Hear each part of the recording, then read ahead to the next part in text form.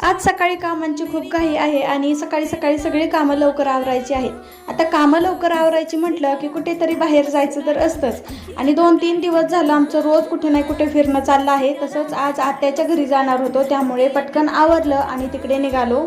माझी मम्मी, मी आणि आत्याची मुलगी असं आम्ही तिघी सगळे एकत्र जाणार होतो आणि तिकडे जायला निघालो। त्यानंतर इकडे जाता जाता रस्त्यामध्ये थोडासा खाऊ घेतला आणि इकडे बघा देवराजला आईस्क्रीम खायला दिलेली होती आणि तो सगळे कपडे खराब करून टाकतो म्हणून त्याच्यात असं शर्टवर रुमाल लावला होता।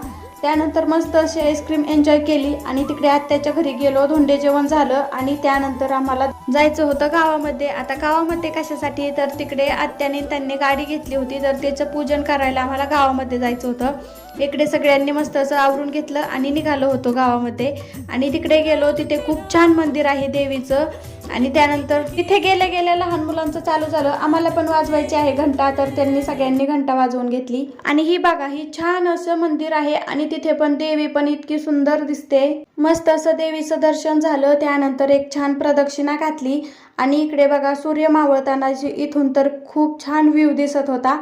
आणि हे मंदिर आहे, मंदिर पण खरंच खूप छान आहे, सगळीकडे हिरवळ आहे, मस्त मोठी मोठी झाडे आहे। गाडी पूजन पाहूयात उद्याच्या ब्लॉग